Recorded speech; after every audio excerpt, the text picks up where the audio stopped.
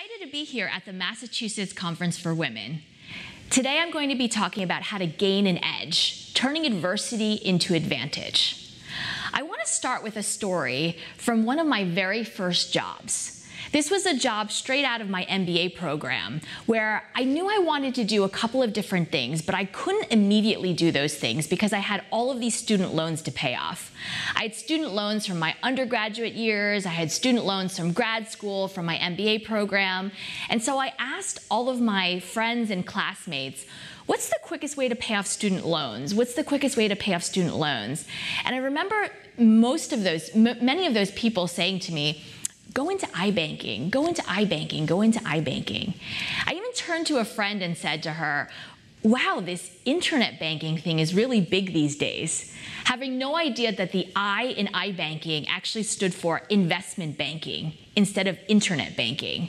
So you can imagine going into this first job, when I finally lucked my way into getting a job in investment banking, that I felt tons of imposter syndrome, that I felt very much like I was unprepared, that I didn't know as much about financial services as much as others going into this job, that it was already a very male-dominated career path, and I really wanted to prove myself. So I remember thinking that I was going to put in lots of hard work and effort to make sure that this job was a success. So starting this job, the vice president of the company came to me, and the very first project he had me work on was this mergers and acquisitions deal. There was a client who was trying to do an M&A deal, and was trying to decide between company A, company B, and company C. They were trying to decide whether they should acquire company A, B, or C. And so the VP asked my team and I to put together a financial model that would help them decide which company they should acquire. So for 2 months, we put in tons of hard work and effort, pulling all-nighters sometimes when we had to, with trying to make sure this financial model encapsulated everything for this decision. We had different states of the world and different interest rates and all different assumptions in this model. And at the end of the 2 months, we had our answer. The client should acquire company B.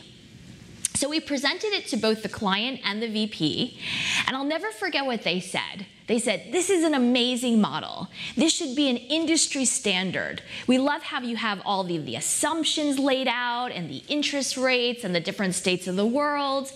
There's only one problem. The problem is that we already decided that we're going to go with target A. So can you now switch around your model to make it say that you should go with company A instead of company B? And I remember thinking about all that hard work and effort that we had put into this. And I tell this story because there's a couple of things that I've remembered through the years. The first is that a lot of times we make decisions in this way. Right? We make decisions based on instinct or intuition, and then we post hoc rationalize those decisions by getting data to support that. The second thing is that this aspect of hard work. We're often taught from a young age that success is about hard work. We hear things from super successful people, people who are CEOs of companies, or people who have gotten Olympic gold medal winners, people who have broken world records. You ask them, what's the secret to your success? And inevitably, one of the things they'll mention is hard work. And nowadays, we have such a love affair with things like hard work and grit. And yet, deep down, we're sort of frustrated because we know that hard work alone is not enough. That even though hard work is critical, that often putting in that hard work doesn't lead to the types of success and outcomes that we think it'll lead to. And that's often because we also know that success and outcomes are about the signals and perceptions and stereotypes of others. That success and outcomes are not always determined by hard work alone. And in fact, it's often these subtle signals and cues and perceptions and attributions that others are making about us that determine success and outcomes.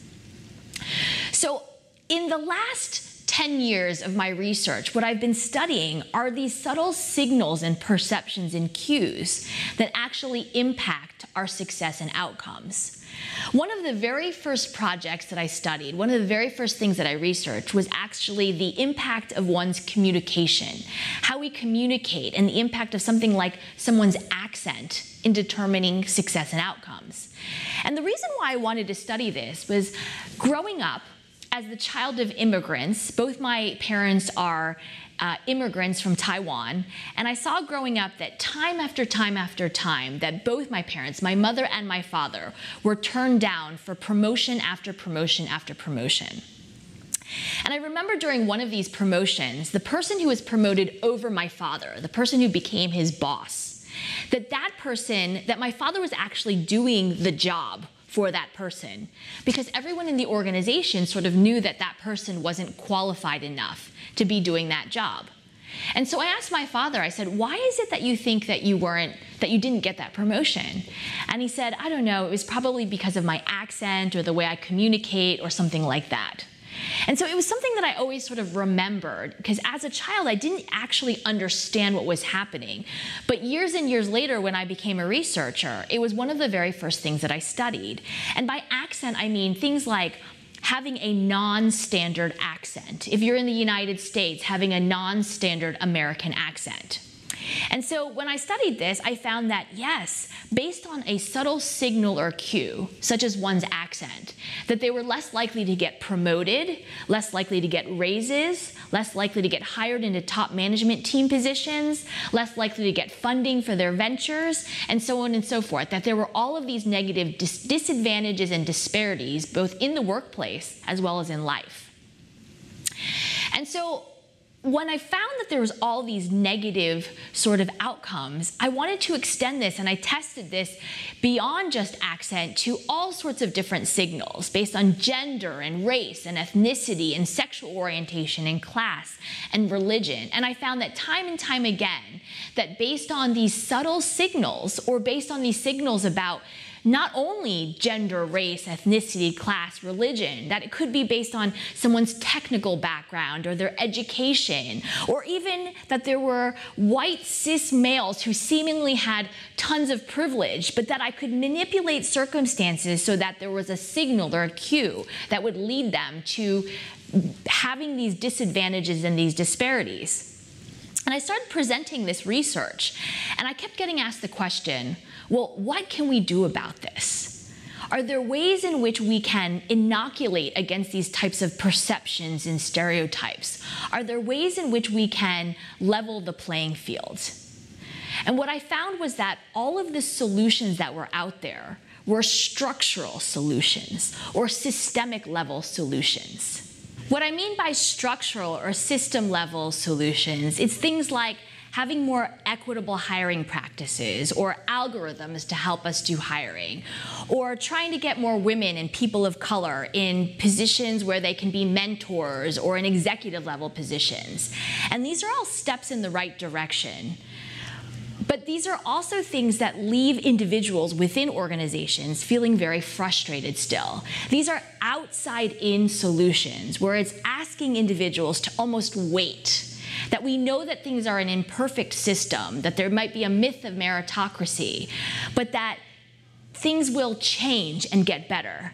And yet, we've been talking about these solutions for a very long time, and either things haven't changed, or they've perhaps changed but far too slowly, or they've changed but created unintended consequences.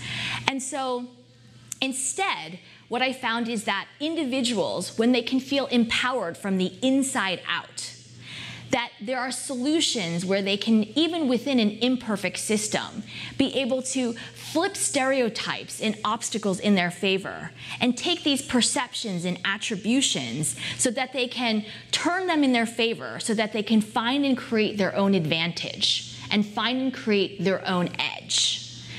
That's when they feel like that things are actually in a state where they can turn and create their own edge. And so that's what I'll talk about a little bit today in terms of how to gain an edge and turn adversity into advantage. So to kind of begin with, what I want to start with is this fact that there are both positive and negative perceptions. That there are positive perceptions such as how someone can be seen as ambitious and conscientious and resourceful on the one hand, but perhaps shallow and deceptive and egotistical on the other hand. And so based on someone's LinkedIn profile or their CV or resume or their biographical sketch, that we draw cues. That, for example, someone who worked in financial services might be seen as ambitious and resourceful and competent. But that same person in a different context might be seen as shallow and egotistical and deceptive. And so what I find is that these positive and negative perceptions cluster together in such a way such that just like there's a thin line between love and hate, so too is there a thin line between these positive and negative manifestations of these perceptions and attributions. So that someone who's seen as shallow and deceptive and egotistical, what I find in my research is that we can actually flip circumstances or based on certain cues, flip things such that that same person who's seen as shallow and deceptive and egotistical might be seen as ambitious and conscientious and resourceful, those positive manifestations of those same perceptions. So to kind of illustrate or give an example of how this works, if we go back to those accented individuals, the lay perception that people might have about people with accents, and even the perception that my father had, was that it was things like his communication skills, that he wasn't able to communicate as well. But in fact, what I find in my research was that it wasn't about communication at all. So what I would do is, for example, take 4 people with accents and 4 people without accents and randomize the order in which they presented to a panel of investors, for example. And I would ask the investors not whether or not they would invest in these accented individuals or if they would be more likely to invest in these accented individuals, because I already knew they were less likely to invest in them. Instead, I asked them to write down 3 bullet points of what you remember from this person's presentation, or 3 things that you recall, or 3 things that you learned. And again, because I randomized the order, right, at the end of it, I found that they were much more likely to remember things and have learned things from those with accents than those without accents. So it wasn't about communication skills at all. Instead, it was things like people with accents were less likely to get rated highly in terms of things like taking initiative, that they were deemed to be less creative and out-of-the-box thinking, that they weren't as good of team players. And so what I did then was I had these accented individuals before going into an interview context, for an interview situation, for example. I would say to them, the perception they have about you is that you're not as good of a team player, or that you're not as creative or out-of-the-box thinking, or that you don't take initiative.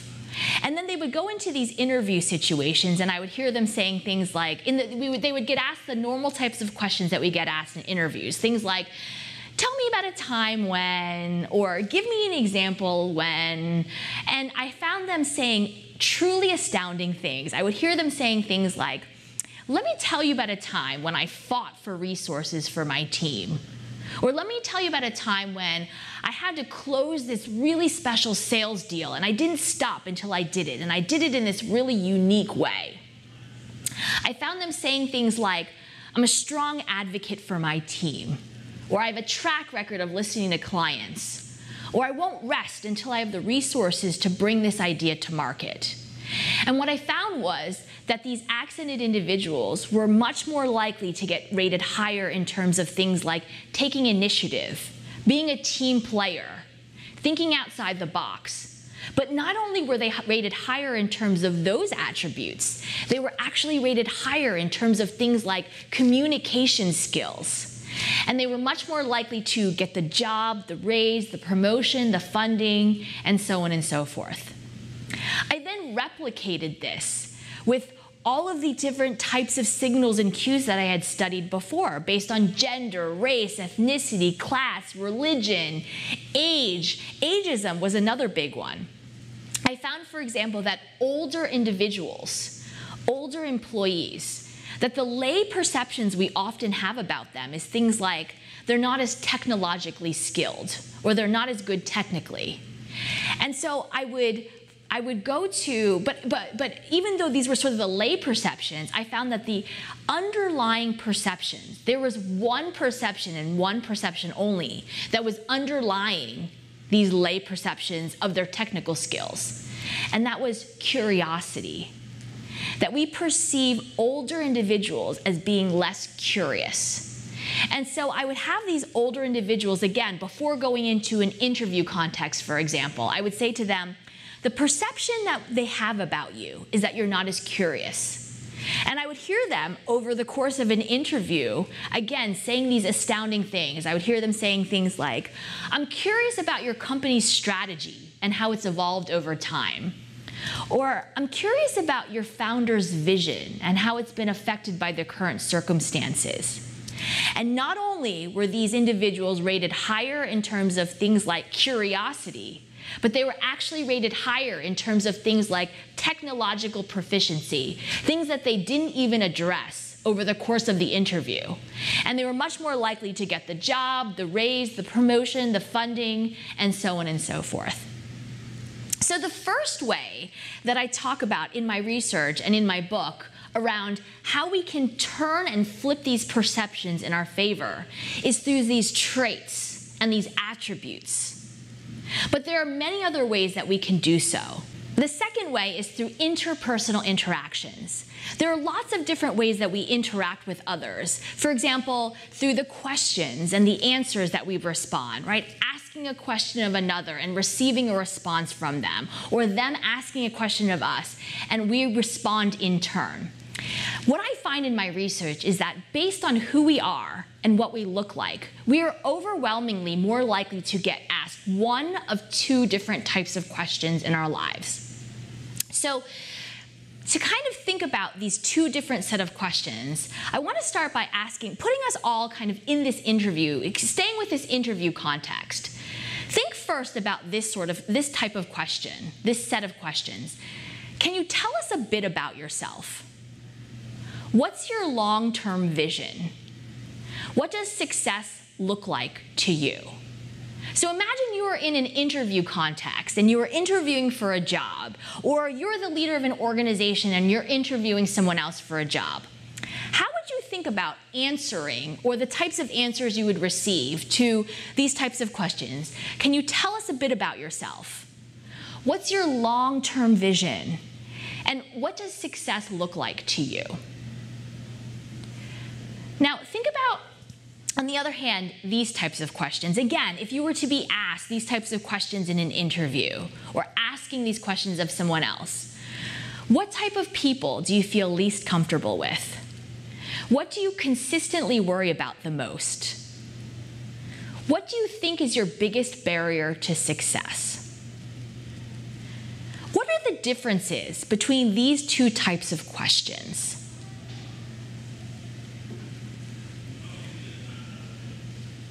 What I find in my research is that the first type of question are what are called promotion-oriented questions, or promotion-focused questions. They're questions that are about the opportunity, or the vision, or how big you could take something. The second type of question, the prevention-focused questions, are questions that are about the constraints and the barriers and the risks behind something. And what I find is that based on who we are and what we look like, we're more likely to get asked either promotion-oriented questions or prevention-oriented questions in both the workplace and in our lives. What I find are that women are more likely to get asked prevention-focused questions. People of color are more likely to get asked prevention-focused questions. People with technical backgrounds are more likely to get asked prevention-focused questions. Based on your race, your religion, your class, your sexual orientation, all of the typical cast of characters that I talked about before are more likely to get asked prevention-focused questions. And why this matters is because when you're getting asked a prevention-focused question, you're more likely to respond in turn with a prevention-oriented response. And the same, when you get asked a promotion-oriented question, you're more likely to respond in turn with a promotion-oriented response. And the reason this matters is because this impacts success and outcomes. What I find, for example, is in a study of venture capitalists and investors, I found that venture capitalists and investors will frame questions in these two very different ways. So that they were more likely to ask women, for example, things like, how many daily and monthly users do you have? Or how long is it going to take you to break even? Or how predictable are your cash flows? Is this a defensible business? They were much more likely to ask these types of prevention-focused questions that were along the lines of risks and constraints and obstacles. And they were more likely to ask male entrepreneurs questions like, what kind of target markets are you going after? What major milestones are you looking for? What's your brand vision?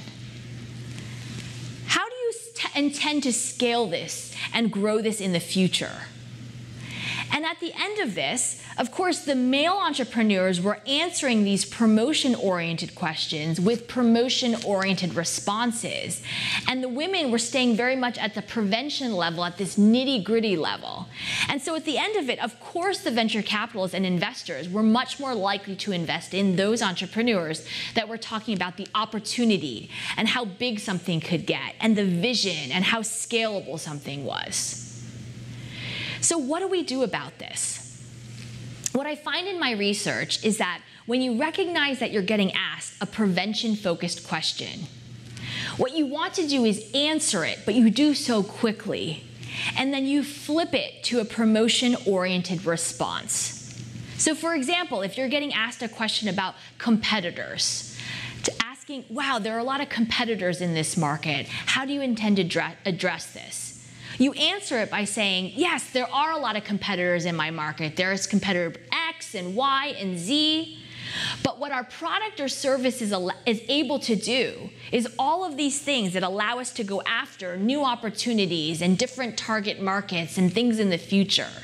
You answer the prevention-focused question, but you flip it to a promotion-oriented response. And in doing so, what I find is that those entrepreneurs were not only more likely to get funding for their ventures, they were actually more likely to get funding than those who were just asked promotion-oriented questions. That they were actually able to not only get more funding than otherwise, but they gained an advantage or an edge over those who were only getting asked those promotion-oriented questions. So the second way that we're able to turn things and flip things in our favor is through these interactions. And there are a number of different interactions and lots of ways that we interact that I talk about and that I study and that I discuss in my book, but we're only kind of getting the tip of the iceberg here. I want to talk very quickly, though, about the third way that we can sort of guide and turn these perceptions in our favor, and that is through trajectories. So the first way was through traits, these sort of perceptions about our traits that were sort of static, these perceptions that are bestowed upon us. The second was through these interactions.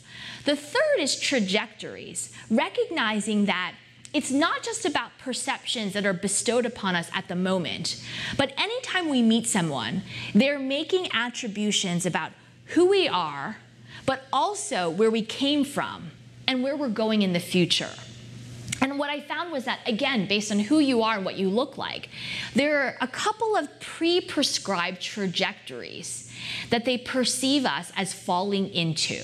So for example, the distance traveled trajectory is one that people, that based on what you look like or how you speak or how you carry yourself, that some people might fall into, that they would perceive you as being someone who has come a long way, that perhaps you've had humble beginnings and you've had to come a long way to get to where you are now. The more you can guide them along that trajectory, along this distance traveled trajectory, the better off you're going to be able to guide them to where you're going in the future. There's also the second chances trajectory, for example, that other people may fit into. That people would interpret them as having done something in the past that doesn't quite fit or was perhaps a misstep. And they want to understand, how have you made that transition from where you are in the past to where you are now? And what does that tell me about where I'm going in the future?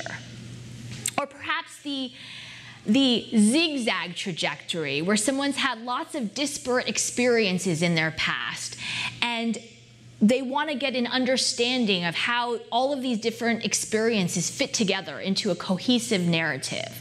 The more we can guide and redirect people to the narratives that they think we fit under, the more we're able to gain an edge. So these are 3 different ways that we can guide and redirect the perceptions that people are bestowing upon us. So we focused a lot here on the G, the guide piece. But gaining an edge. Edge is not just the title of my book, but it's actually the framework that I've developed over the last couple of years of my research, where the E, the D, the G, and the E stand for the different components of the framework, where the E stands for enrich, the D stands for delight, the G stands for guide, and the final E stands for effort. For the first E, enrich. Enrich is about how you enrich and provide value in any sort of circumstance or environment that you're going to be in.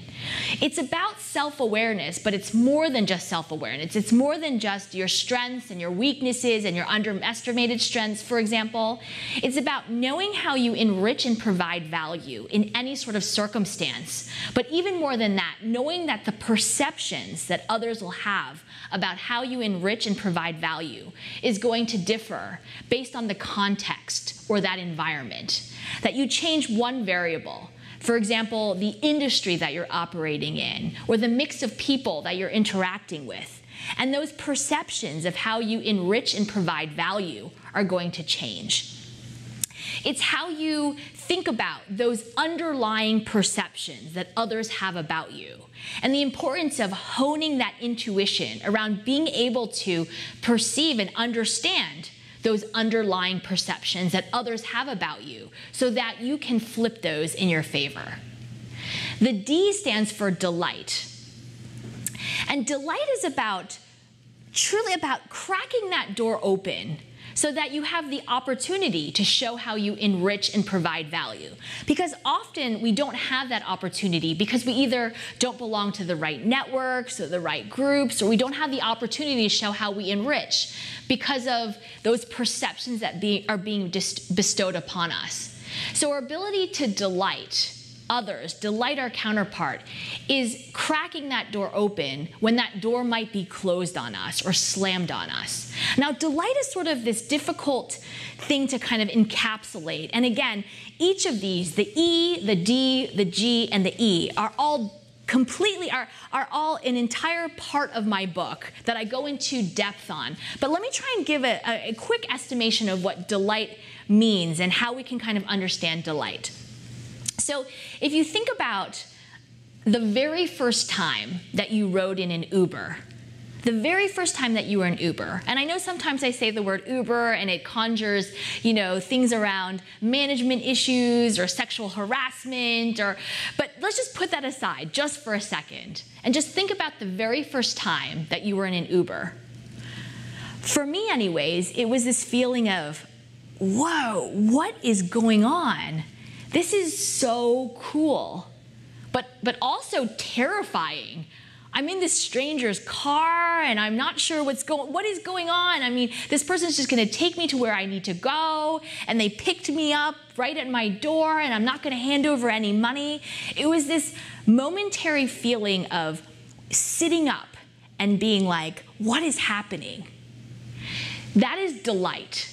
It's not necessarily positive or negative, but it causes you to be surprised or be shocked or think about something just for a couple of seconds in a different way.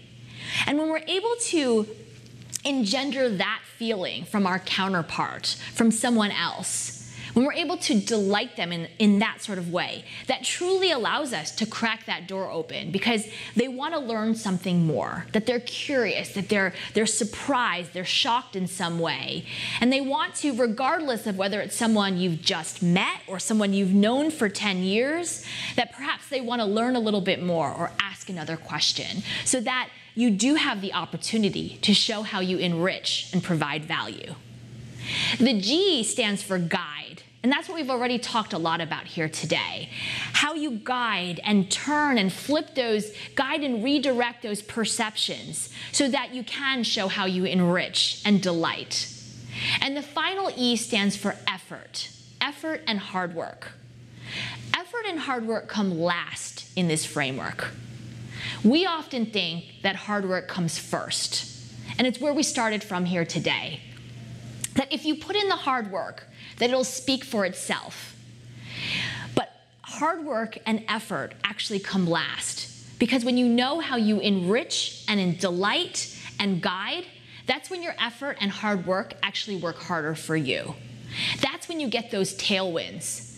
Because we often hear things like, put your head down, just keep working hard, work twice as hard for half the amount of benefits. Why not work twice as hard for twice the amount of benefits? And that's what you can get when you know how you enrich and delight and guide so that your effort and hard work can work harder for you. That's when you actually gain your edge. So thank you so much for joining me here today. In just a couple of moments, we'll be able to take some of your live questions, but I want to thank you and hope you enjoy all of the rest of the presentations at this Massachusetts Conference for Women.